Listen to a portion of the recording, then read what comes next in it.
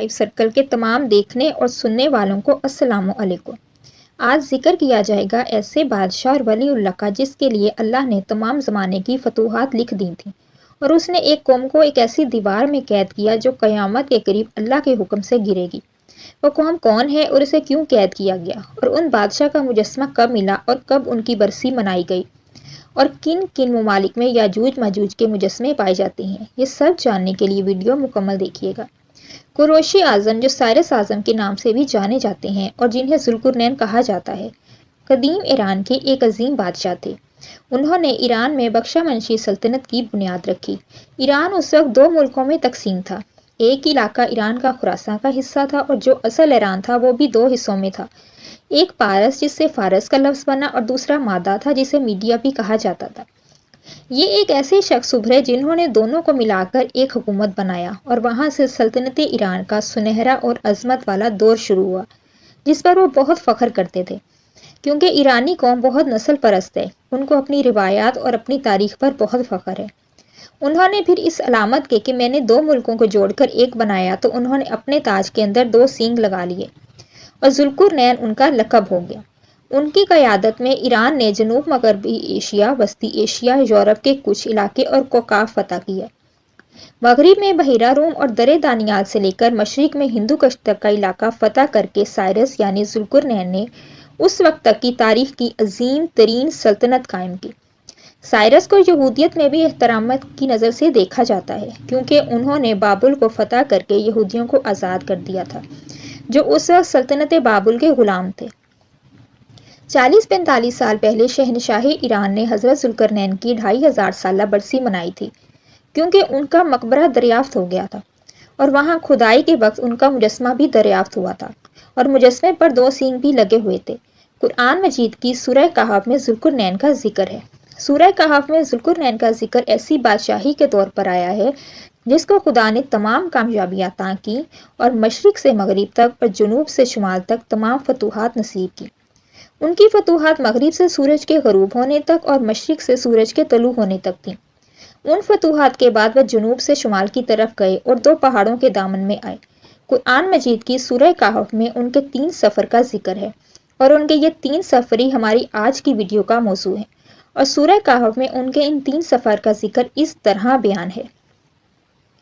آپ سے ذوالقرنین کے بارے میں پوچھتے ہیں، کہو میں تمہیں اس سے کچھ پڑھ کر سناتا ہوں۔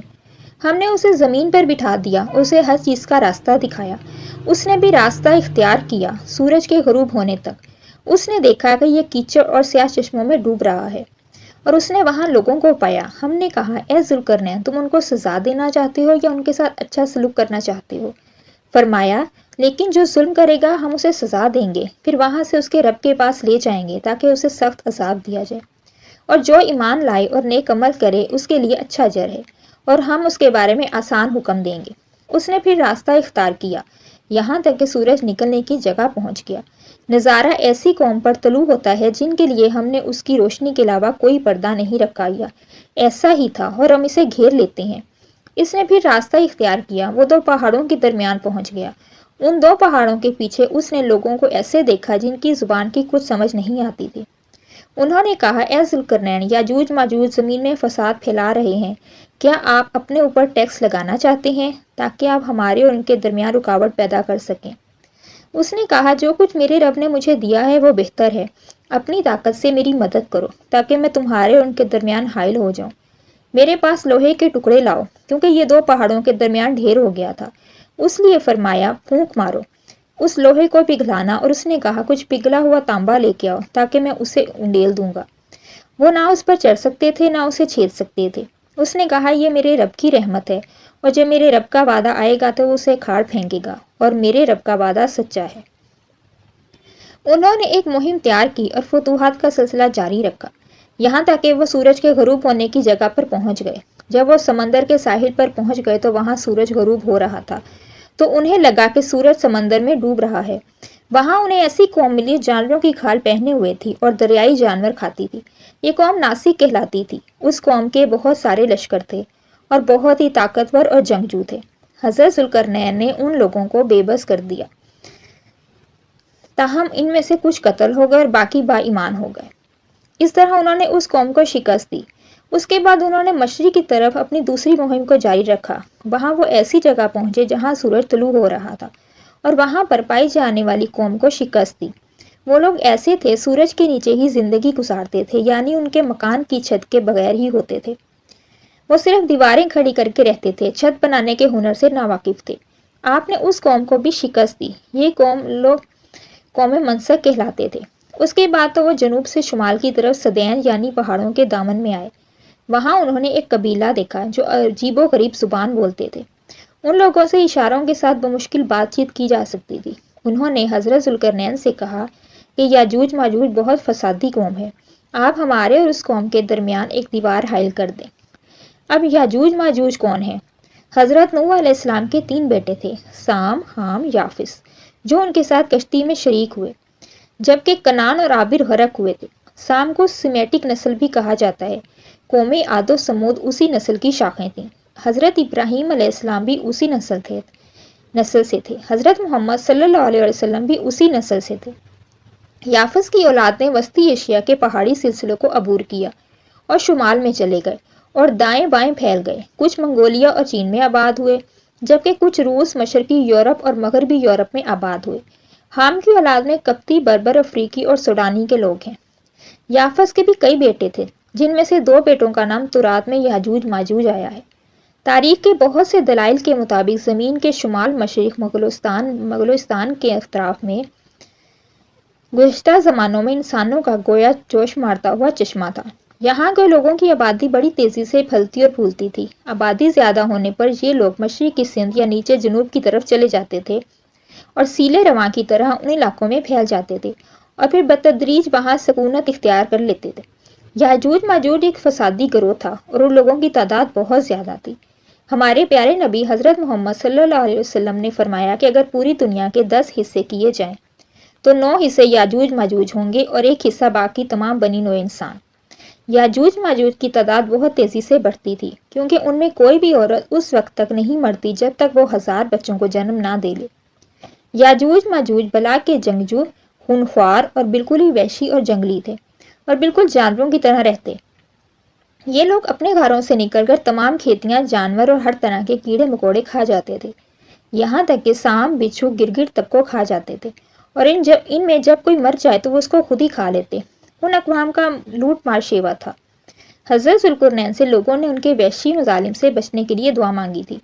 انہوں نے کہا کہ آپ ہم سے معاوضہ لے لیں، تو ذوالقرنین نے کہا کہ نہیں، میرے پاس اللہ کا جو دیا ہے وہ اس سے بہت بہتر ہے، مجھے صرف جسمانی مدد چاہیے جو بنانے میں میری مدد کرے۔ پھر حضرت ذوالقرنین نے ان لوگوں کے ساتھ مل کر زمین کو کھودا، اتنا کھودا کہ اس میں سے پانی نکل آیا۔ لوہے کے بڑے بڑے تختے بنائے، پھر ان تختوں کو لگایا گیا، ان تختوں سے مضبوط دیوار بنائی گئی اور اس کے نیچے آگ جلائی گئی۔ جب آگ دہکائی گئی پھر اس میں تانبا پگھلا کر ڈالا گیا اور اس دیوار کو مضبوط بنا دیا۔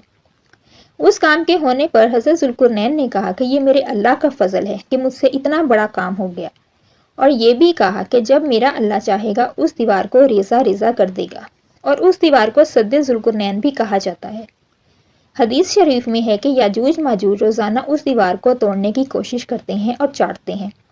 جب توڑنے کے قریب ہو جاتے ہیں تو ان کا ایک بڑا کہتا ہے کہ باقی کل کریں گے۔ اگلے دن جب دیکھتے ہیں تو اللہ کے حکم سے وہ دیوار پہلے سے بھی زیادہ مضبوط ہو جاتی ہے۔ جب اس دیوار کے ٹوٹنے کا وقت آئے گا تو ان میں سے کوئی کہے گا کہ چلو انشاءاللہ کل اس دیوار کو توڑیں گے۔ ان لوگوں کے انشاءاللہ کہنے کی برکت سے وہ دیوار اگلے دن ٹوٹ جائے گی۔ یہ قیامت کے قریب ہونے کا وقت ہوگا۔ دیوار ٹوٹنے کے بعد یاجوج ماجوج نکل پڑیں گے اور زمین میں ہر طرف فتنہ، فساد اور قتل و غارت شروع کر دیں گے۔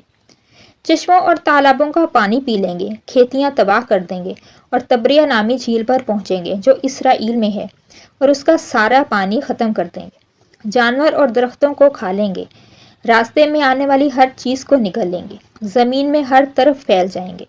یاجوج ماجوج اس وقت نکلیں گے جب حضرت عیسیٰ دجال کو قتل کر دیں گے۔ ہمارے پیارے نبی حضرت محمد صلی اللہ علیہ وسلم نے فرمایا کہ جب کھولے جائیں گے یاجوج ماجوج تو وہ ہر بلندی سے ڈھلتے آئیں گے، پہاڑوں سے نکلتے آئیں گے اور پورے روئے زمین پر قابض ہو جائیں گے، لیکن مکہ مکرمہ، مدینہ منورہ اور بیت المقدس میں نہیں داخل ہو سکیں گے۔ اس کے بعد حضرت عیسیٰ علیہ السلام کی دعا سے ان لوگوں کی گردنوں میں کیڑے پڑ جائیں گے اور وہ سب ہلاک ہو جائیں گے۔ زمین کے ہر چپے پر ان کی لاشیں ہوں گی اور ہر طرف بدبو ہی بدبو ہوگی، تو اللہ تعالیٰ آسمان سے زوردار بارش برسائیں گے اور زمین ان کی غلاظت سے پاک ہو جائے گی۔ اس کے بعد تمام روئے زمین پر مومن ہی مومن ہوں گے انشاءاللہ۔ اب یہ بات کہ کن کن ممالک میں یاجوج ماجوج پائے جاتے ہیں۔ لندن کے لارڈ میئر شو کا 800 سال پرانا جلوس، جس میں ہر سال یاجوج ماجوج کے پتلے ظاہر کیے جاتے ہیں۔ گلڈ ہال لندن میں 1953 میں یاجوج ماجوج کا مجسمہ بنایا گیا۔ رائل آرکڈ میلبرن آسٹریلیا میں گاؤن کے گھنٹہ گھر میں یاجوج ماجوج کا مجسمہ موجود ہے۔ اللہ ہم سب کو نیک اعمال کرنے اور ہر وقت توبہ استغفار کرنے کی توفیق عطا کریں اور ہر جمعہ کو سورہ کہف پڑھنے کی توفیق دیں، آمین سم آمین۔ اگر آپ کو حضرت ذوالقرنین پر مبنی یہ مختصر ویڈیو پسند آئے تو ویڈیو کو لائک اور شیئر کریں اور چینل کو بھی سبسکرائب کریں، یہ آپ کی طرف سے میری حوصلہ افزائی ہوگی۔ اور کمنٹ سیکشن میں اپنی رائے کا اظہار ضرور کریں۔ اپنا اور اپنے پیاروں کا خیال رکھیں۔ اللہ ہم سب کا حامی و ناصر ہو۔ حاضر ہوں گی ایک اور ویڈیو کے ساتھ، تب تک اللہ حافظ۔